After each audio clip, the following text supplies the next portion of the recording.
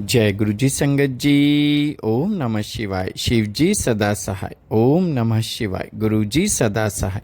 गुरु जी का दास संजीव नारायण गुरु जी द्वारा बनाए गए बहुत सुंदर से परिवार गुरु जी टुडे ब्लेसिंग्स में आप सबका हार्दिक स्वागत करता हूं। चैनल पर पहली बार आए हैं तो चैनल को शेयर करें और सब्सक्राइब करें और साथ में लगे बेल आइकॉन के बटन को प्रेस करके ऑल पर क्लिक कर दें ताकि डेली अपलोड होने वाले महाराज के सत्संग और ब्लेसिंग संगत जी आप तक पहुंच सके। डिस्क्रिप्शन बॉक्स में दिखे हमारे व्हाट्सएप नंबर पर आप अपना सत्संग रिकॉर्ड करके हमें भेज सकते हैं। जय गुरु जी संगत जी। आज का सत्संग बहुत प्यारा और ब्लेस सत्संग है और ये सत्संग हमारे साथ शेयर किया दिल्ली से निधि आंटी जी ने। हाँ जी, दिल्ली से निधि आंटी जी ने सत्संग हमारे साथ शेयर किया। मैं दिल से उनका शुक्राना करता हूँ कि उन्होंने गुरु जी से आज्ञा लेकर गुरु जी के इस प्यारे से चैनल पर अपना सत्संग शेयर किया। चलिए सत्संग स्टार्ट करते हैं। जय गुरु जी। जय गुरु जी। मेरा आज का शुक्राना सत्संग है। मैंने कहा था गुरु जी जब ये काम पूरा हो जाएगा तो मैं सत्संग जरूर शेयर करूंगी।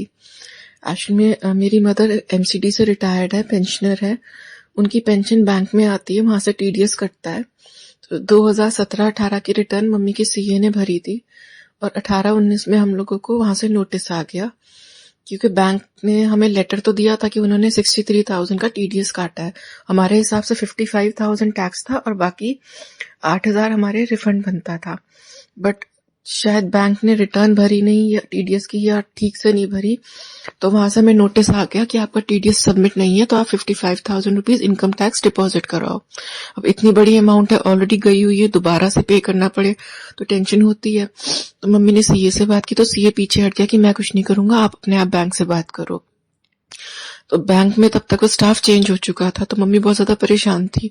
तो मैंने पहले सीए के ऑफिस में काम किया हुआ है, तो मुझे थोड़ा बहुत एक्सपीरियंस है। तो मैंने मम्मी को कहा आप रहने दो, मैं पर्सनली चली जाती हूँ। तो मैंने कस्टमर केयर पे फोन करके पूछा कि ऑफिसर कहाँ बैठते हैं, इनकम टैक्स ऑफिसर।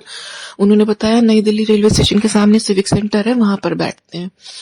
तो मैं सारे पेपर्स लेके वहां चली गई, गुरुजी को साथ लेके गई, बोल के गई गुरुजी साथ चलो। पता नहीं कैसे लोग होंगे ऑफिस, और वैसे भी लोग डरा के, सीए के ऑफिस में काम किया हुआ है तो वहां पे तो सीए तो सबको डरा के रखते हैं कि इनकम टैक्स ऑफिसर बड़े स्ट्रिक्ट होते हैं।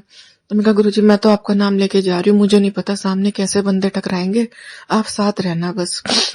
और मैं हमेशा से देखती थी जब भी मैं कहीं जाती थी इस तरीके से मुश्किल काम है तो ऑलरेडी कोई ना कोई वहां पे गुरुजी किसी न किसी इंसान को बिठा के रखते थे जो मेरी आगे से आके हेल्प करता था। मतलब मुझे हेल्प मांगनी भी नहीं पड़ती, बंदा खुद चल के आता और मेरा काम करा देता है। तो मैं इसलिए कहती थी गुरुजी मेरे साथ चलो, क्या पता वो आप ही होते हो। मैं सिविक सेंटर पहुंची, पहली बार पहुंची थी, मेरे पास आधार कार्ड कुछ नहीं था, मैं अपना कोई आईडी प्रूफ नहीं लेके गई थी और मुझे नहीं पता था कि गवर्नमेंट ऑफिस में आईडी प्रूफ दिखाने के बाद ही एंट्री मिलती है। बट वहां पे मुझे लगा दूर, इतनी दूर आई हूँ, खराब जाएगा। तो पहले तो गार्ड ने मना किया, फिर उसने कहा रुको, उसने खुद से पर्ची बना के दी, कहा ये ले जाओ बट आगे से आईडी प्रूफ लेके आना। शुक्राना गुरुजी, चलो जी एक पड़ाव पार हो गया। फिर अंदर गई, रिसेप्शन से पूछ के ऊपर गई, वहां पहुंची, वहां पर मुझे दो सर मिले। मुझे नहीं पता वो इनकम टैक्स ऑफिसर खुद थे या उनके पीए थे, क्योंकि वो ऑफिस के बीच में घूम रहे थे। ऑफिसर्स मोस्टली अपने कैबिन में बैठते हैं, ऐसे घूमते नहीं है। बट उन दोनों ने बहुत रिस्पेक्टफुली बात की मेरे से, कभी मतलब कुछ गलत नहीं बोले। उल्टा मैं वही खड़े खड़े उनको बताने लगी कि सर मुझे ऐसे नोटिस आया। कह रहे मैडम रुको, पहले आप बैठो। फिर मैं बोलने लगी, कहते नहीं मैडम पहले आप पानी पियो। मैं कहा नहीं सर थैंक यू बस। तो मैंने उनको बोला मैं ऐसे नोटिस आया जबकि हमारा टीडीएस कटा हुआ है। तो मैं अपने पर्स में से डॉक्यूमेंट्स निकालने लगी उनको दिखाने के लिए। तो उन दोनों ने मुझे बोला रुको रुको मैडम, हम जानते हैं अगर आप सही हो, अगर आप यहाँ तक पहुंचे हो ना तो इसका मतलब आप सही हो, क्योंकि जो गलत इंसान होता है जिसने गलती की होती है ना, वो अंदर तो क्या वो बिल्डिंग के आसपास भी नहीं घूमता। तो हमें पता है आप सही हो, बट प्रॉब्लम ये है कि आज सुबह हमारे पास 2 साल पुरानी फाइलें पहुंची हैं। तो आप सोचो ये वाली फाइलें हमारे पास कब पहुंचेंगी। तो जिस चीज की हमारे पास फाइल नहीं है तो हम उसमें हेल्प नहीं कर सकते। बट उन लोगों ने मेरी इतनी हेल्प की, उन्होंने मुझे अपने ऑफिस का लैंडलाइन फोन नंबर भी दिया कि मैम आपको दोबारा इतनी दूर आना ना पड़े, आप हमें कॉल करके पूछ लेना। ठीक है, उस समय जैसे गुरुजी से जुड़ने से पहले मेरे एक और गुरु है, और लोग कहते हैं 2 गुरु नहीं होने चाहिए। तो मैं गुरुजी से पूछती थी कि गुरुजी मैं कैसे, मतलब ऐसा तो नहीं हो सकता ना कि आपके मिलने के बाद मैं उनको छोड़ दूं। मुसीबत में तो उन्होंने भी मेरा साथ दिया। तो मुझे एक बार ड्रीम में गुरुजी ने दिखाया था कि गुरुजी बैठे हैं और मेरे वो गुरु अपनी वाइफ के साथ आए हैं और दोनों इकट्ठे बैठ के मुझे देख के स्माइल कर रहे हैं। और मेरे जो वो गुरु है उनमें कहते हैं साईं बाबा आते हैं और गुरुजी को महाशिव कहते हैं। तो मेरे साथ होता था जब मैं गुरुजी के यहाँ जाती थी तो साईं बाबा के भजन चल जाते थे, और मैं जब अपने उन गुरुजी के पास देखती थी तो वहाँ पे शिव जी के भजन चल रहे होते थे, तो मुझे हमेशा ये दिखाते थे कि कोई मतलब गुरुजी की तरफ से हमेशा से परमिशन थी कि हाँ 2 गुरु हो सकते हैं तेरे। तो वहाँ पे भी मुझे 2 लोग मिले, तो मुझे लगा हाँ दोनों मेरे साथ हैं। दोनों ने बहुत अच्छे से बात की, मतलब मेरे ऑफ़िस में सब इतना डरा के रखते थे, इनकम टैक्स ऑफ़िसर तो स्ट्रिक्ट होते हैं ये वो, कुछ भी नहीं हुआ, बहुत आराम से बात करके मैं घर वापस आ गई।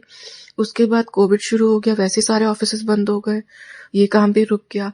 उसके थोड़े टाइम बाद जब कोविड खत्म हुआ, सब कुछ अब ठीक हो गया, फिर उसके बाद हम मम्मी को दोबारा मैसेज आने लगे कि आपकी डिमांड पेंडिंग चल रही है इतने टाइम से 55,000 की, उसको भरो। तो फिर हुआ कि कोई छोटी-मोटी अमाउंट तो है नहीं, 55,000 बहुत बड़ी अमाउंट है और 8,000 रिफंड है, तो हमें मतलब छोड़ना नहीं चाहिए, हमें फिर से लगना चाहिए। तो फिर ढूँढ-ढूँढ के कस्टमर केयर पे फ़ोन कर के मैं पूछती थी, वो कहते थे इस ईमेल पे वो कर दो, ईमेल भेज दो आईडी पे। मैं सब कुछ करती थी बट कुछ नहीं होता था। हर कभी 1 महीने, कभी 2 महीने के गैप में करती थी, गुरुजी को अरदास करती थी, गुरुजी प्लीज़ ये काम करा दो, बट ये काम नहीं हो रहा था। फाइनली मतलब मैं कहती थी गुरुजी प्लीज़ आप सब कुछ कर सकते हो तो ये काम क्यों नहीं कर रहे? तो फाइनली एक दिन कस्टमर केयर एग्जीक्यूटिव ने बोला कि मैम ये काम बहुत पुराना हो चुका है, बहुत पुराना साल है, 5-6 साल ऊपर हो चुके हैं, तो मेरे ख्याल से आप एक बार सिविक सेंटर पर्सनली विज़िट कर लो। कहा ठीक है। फिर मैंने कहा गुरुजी साथ चलो। वहाँ गए, वहाँ पे इनकम टैक्स ऑफिसर से मिली, सारे डॉक्यूमेंट्स लेके गई थी, एप्लीकेशन बना के गई थी अपनी तरफ से। वहाँ गई, उन सर ने इतनी अच्छे से बात की, इनकम टैक्स ऑफिसर ने, मतलब ऐसे ही लोग डरा के रखते हैं, कोई स्ट्रिक्ट नहीं, बहुत अच्छे से बात करते हैं वो। कोई हम मतलब जैसे हमने उनका थोड़ी ना पैसा दबाया हुआ है कि वो हमसे रूडली बात करेंगे। उन्होंने सारी बात सुनी, उसके बाद उन्होंने कहा आप ये डॉक्यूमेंट्स लगा दो या एप्लीकेशन डाल के आप बी ब्लॉक में सबमिट करा दो, हम करवा देंगे। मैं बस नीचे गई, बी ब्लॉक में मैंने सबमिट करा के घर वापस आ गई। अब ये बात है सितंबर की। उसके बाद दोबारा नवंबर में गई, तो पता चला कि एप्लीकेशन तो ऊपर पहुंच गई, बट उनके पीए ने जैसे फाइल में बंद की हुई थी, तो उन्होंने मेरे सामने निकाली, बट उस दिन मुझे उन्होंने ऑफिसर से नहीं मिलने दिया। उन्होंने कहा मैं करवा दूंगा, 15 दिन में रिफंड आ जाएगा। फिर महीना बीत गया, कोई रिफंड नहीं आया। फिर मैं अब दोबारा गई, इस बार मैं सर से मिलने चली गई सीधा, बिना किसी से पूछे। तो मैंने सर को दिखाई वो पिछली जो मैंने एप्लीकेशन सबमिट कराई थी, तो सर ने कहा ज़रा दोबारा डेट बताना। मैं कहा सर 23 सितंबर। कहते इतना टाइम हो गया? उन्होंने फिर मुझे बोला, कहते यहाँ बैठो आप, मतलब अपने ऑफिस में अपने कैबिन में मुझे बिठाया और पीछे उनका पीए बैठा था, उसको बोला कि मैडम का काम कर पहले। मतलब जब हम गुरुजी को साथ चलने के लिए कहते हैं तो आगे हमसे हर बंदा हमसे अच्छे से बिहेव करता है, पूरी हेल्प करता है अपनी तरफ से। तो उन्होंने फिर दोबारा से एप्लीकेशन निकाली, फिर वो लेके बैठ गए। फिर उन्होंने अपनी तरफ से तो कोशिश की, फिर उन्होंने मुझे बताया कि हमने ऑनलाइन, क्योंकि आपको नोटिस सीपीसी से आया था, हमारी तरफ से नहीं आया था, तो जब तक सीपीसी वाले सैंक्शन नहीं करते हम नहीं आगे कर सकते, मतलब हम आपके डॉक्यूमेंट से सेटिस्फाइड है, तो हमने उनको भी भेजा है, बट टाइम लगेगा, आप बैठ जाओ। मैं वहाँ 1 घंटा बैठी रही, कुछ नहीं हुआ, वापस आ गई, 5 बज गए। अब उसी टाइम पे दूसरी प्रॉब्लम शुरू हुई। मेरी मदर एमसीडी से रिटायर्ड है, तो हम लोग का एक हेल्थ कार्ड बना है जो मम्मी के रिटायरमेंट पे बना था। उसमें पापा, मम्मी, मेरा और मेरी सिस्टर का नाम था। पापा की डेथ हो गई और पापा के जाने के बाद हमें हेल्थ कार्ड की ज़रूरत नहीं पड़ी, तो वो हमने ऐसी अलमारी में रख दिया। और सिस्टर की मैरिज हो गई। अब इतने साल बाद मम्मी के आइज़ का कैटरैक्ट की सर्जरी करानी है, तो मैं दोबारा वो डॉक्टर के पास लेके गई कि वो हमें रेफ़र कर दें पैनल वाले डॉक्टर के पास। तो उन्होंने देख के बताया कि बेटा पापा की डेथ हो गई है ना, तो ये कार्ड अब नया बनेगा। मतलब ये हाथ से काटेंगे नहीं, नया कार्ड बनेगा जिसमें पापा का भी नाम नहीं होगा, सिस्टर का नाम भी नहीं होगा। तो ठीक है, तो उन्होंने मुझे बताया कि वहाँ मतलब वहीं मेरे घर के पास ही ऑफ़िस है, उन्होंने कहा वहाँ से नया कार्ड बनवा लो। मैं वहाँ पर गई तो वहाँ पे जो डॉक्टर बैठे थे वो थोड़े से मुझे गड़बड़ लगे। उन्होंने पहले तो जाते ही कह दिया कि कार्ड यहाँ नहीं बनेगा, वहाँ बनेगा सिविक सेंटर। तो मेरे मन में है कि हाँ, मैंने सिविक सेंटर तो जाना ही है इनकम टैक्स के काम के लिए, ये काम भी कराऊँगी।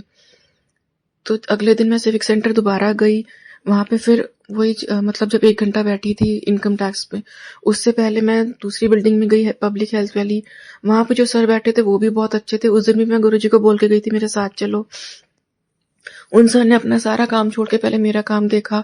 उन्होंने बताया कि नहीं बेटा आपका बनेगा वहीं पे, जो घर के पास आपकी जगह है ना, उस ब्रांच का नाम CLZ है। और वहाँ पे हर फाइल पे मैंने देखा तो ऑफिस में CLZ लिखा हुआ था। तो सर ने बताया कि बनेगा वहीं से, उन्होंने आपको ऐसे ही सिविक सेंटर भेज दिया। तो उन्होंने भी बोला, मेरे बाद एक और अंकल आए थे, वो भी यहीं से आए थे। तो उन अंकल ने थोड़ा गुस्से में बोला कि ये आदमी कर क्या रहा है, सबको यहाँ सिविक सेंटर भेज रहा है, इतनी दूर धक्के खिला रहा है। वो ये नहीं समझ में आ रहा कि पब्लिक हेल्थ में इंसान मजबूरी में ही आता है। कोई घूमने फिरने थोड़ी ना आता है जो सबको परेशान कर रहा है। तो उन्होंने कहा आप रुको मैं फ़ोन करता हूँ, आपकी बात नहीं मानेंगे ना मेरी तो मानेंगे। तो फ़ोन किया तो उन्होंने कहा मेरे पास थोड़ी ना बनेगा, आपके पास बनेगा। तो अंकल ने कहा नहीं आपके पास बनेगा। तो वो मान के उन्होंने कहा ठीक है मैडम को भेज देना। मैं अगले दिन दोबारा गई तो उन्होंने वहाँ पे कोई और बैठे थे उनको दोबारा बोला कि यहाँ थोड़ी ना बनेगा, सिविक सेंटर पे बनेगा। तो उन्होंने भी कहा कि नहीं सर यहीं बनेगा। तो जैसे मुझे पता था कि बनना यहीं पर है, फाइल पर CLZ लिखा हुआ था। ऑफिस में जितनी भी टेबल्स थी सब के ऊपर जो भी फाइलें पड़ी थी सब पे CLZ लिखा हुआ था। और हमारा जो हेल्थ कार्ड था उस पे एक PPO नंबर होता है, उस पे भी लास्ट में CLZ लिखा हुआ था। बट मैं कुछ बोलना नहीं चाह रही थी, मैं कहा पता नहीं मैं कुछ बोल तो फिर कल को ये और काम लटका दे। तो इसलिए मैं बार बार गुरुजी को कहती थी गुरुजी आज काम करा दो। तो उन्होंने मुझे बहुत मतलब मैं बार बार 2-2 दिन बाद वहाँ ऑफिस जाती थी, वो कहते थे आज भी नहीं बना, आज भी नहीं बना, टालते जा रहे थे। अब मैं कहती थी गुरुजी मैं लड़ाई झगड़ा नहीं करना चाहती, शांति से काम हो जाए, बट ये तो काम कर ही नहीं रहा है। करते कराते फिर बाद में एक दिन मैंने गुरुजी को बोला कि गुरुजी मुझे लग रहा है आवाज ऊंची करनी पड़ेगी, बट ये ना कि मैं ज्यादा बोल जाऊँ बाद में मुझे रिग्रेट हो, तो इसलिए आप साथ चलना, आप बोलना जो बोलना है, जितना बुलवाना है आप बुलवाना। उस दिन मैं ऊपर गई तो उन्होंने फिर बोला कि आज नहीं बना है। तो फिर मेरे को गुस्सा आ गया, फिर मैंने बोलती सर क्यों नहीं बनाना तो मना कर दो ना, इस तरह बार बार धक्के क्यों खिला रहे हो, कोई अर्जेंसी है तभी तो बंदा आ रहा है ना इस डिपार्टमेंट में, वरना क्यों आऊंगी। तो जैसी मैंने आवाज ऊंची की उनके साथ एक और सर बैठे थे, उन्होंने बोला कह रहे मैडम का काम क्यों नहीं करवा रहा। तो फिर इन्होंने दोबारा बोला कहते सर यहाँ पे कार्ड थोड़ी ना बनेगा। तो जैसे उसने सर बोला मुझे समझ में आ गया कि वो जो साथ बैठे वो इसके सीनियर है, मुझे लगा था इसके बराबर के इनके जूनियर है। तो फिर मैंने बोला मैं कहा सर जब कार्ड के PPO नंबर पे CLZ लिखा है तो यहीं से तो बनेगा। इस बात पे ये बंदा चुप कर गया और सर ने इसको थोड़ा स्ट्रिक्टली बोला इस हफ्ते मैडम का काम करा दे। तो उसने कहा ठीक है मैं कार्ड ले आऊंगा, मैं आपको फोन कर दूंगा। तो मैंने कहा सर आप फोन उठाते तो नहीं, फोन करोगे क्या, मुझे ही आना पड़ेगा हर 2 दिन बाद धक्के खाने। कह रहे नहीं नहीं मैं फोन कर दूंगा। मैं घर आ गई परेशान थी, मैं कह रही हूँ गुरुजी सब सारे काम बनाते हैं आप हो तो फिर रुक भी तो आपकी मर्जी से ही रहा होगा ना, क्यों रोक रहे हो, करवा दो।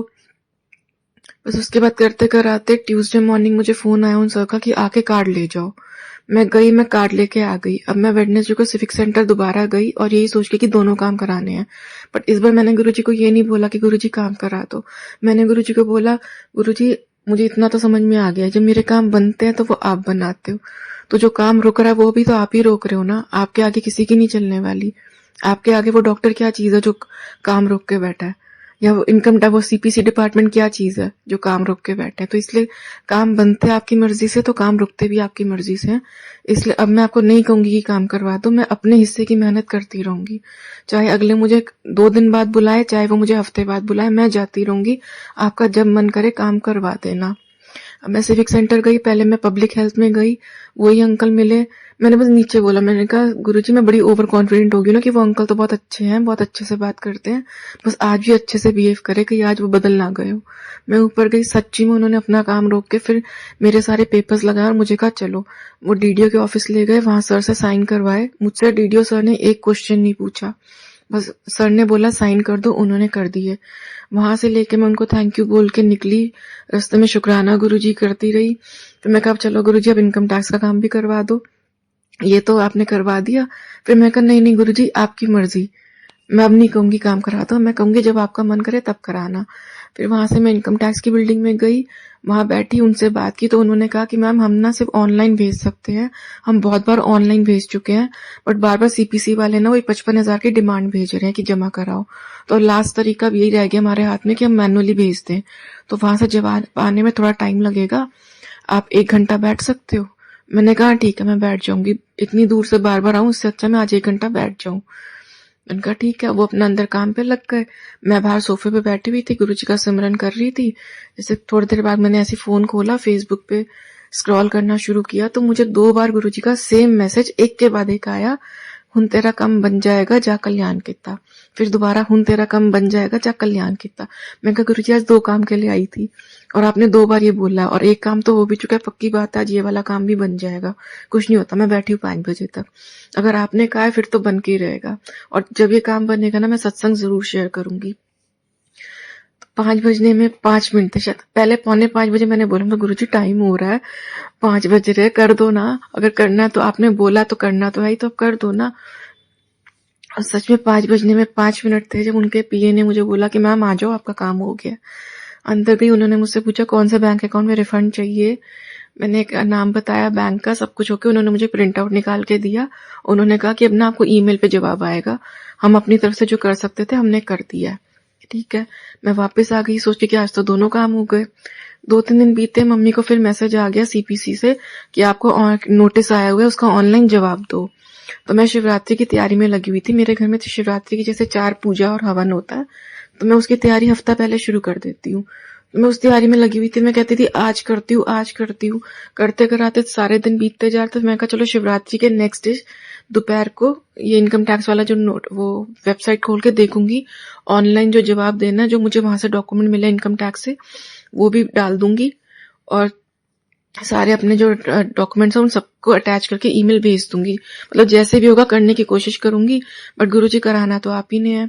उससे पहले जब मैं सिविक सेंटर से वापस आई थी तो मैं गुरुजी से पूछी थी, मैं कहा गुरुजी मैंने सत्संग तो शेयर करना है, बट आप कहते हो ना काम पूरा हो जाने के बाद करते हैं, पहले नहीं बताते, तो मतलब बैंक अकाउंट में रिफंड आ जाए तब करूँ ना सत्संग शेयर। तो उसके बाद ये मम्मी का मैसेज आ गया। मैं कहा गुरुजी प्लीज अब ये काम करा दो, अब और न लटकाओ, बहुत साल हो गए परेशान होते होते। तो अब शिवरात्रि के नेक्स्ट डे मॉर्निंग में मम्मी ने मुझे बताया कि निधि मेरे अकाउंट में रिफंड के पैसे आ गए हैं। तो शुक्राना गुरुजी, बहुत बहुत शुक्राना गुरुजी। 6 साल से काम रुका पड़ा था। Thank you Guruji. बट इसी को शायद सरेंडर करना कहते हैं कि मैं हर बार कहती थी कि आज काम करा दो, आज काम करा दो, तो गुरुजी नहीं करवा रहे थे। जिस दिन मैंने कहा गुरुजी आपका जब मन करे काम करा देना, मैं तब तक जाती रहूंगी, चाहे हफ्ते बाद चाहे 2-2 दिन बाद, मैं अपने हिस्से की मेहनत करती रहूंगी, काम तब करवाना जब आपका मन को। तो थैंक यू गुरुजी। काम बनाने का भी और समझाने का भी सरेंडर करना किसको कहते हैं, और काम बनते तभी है जब हम सरेंडर करते हैं। तो थैंक यू गुरुजी, बहुत बहुत शुक्राना गुरुजी।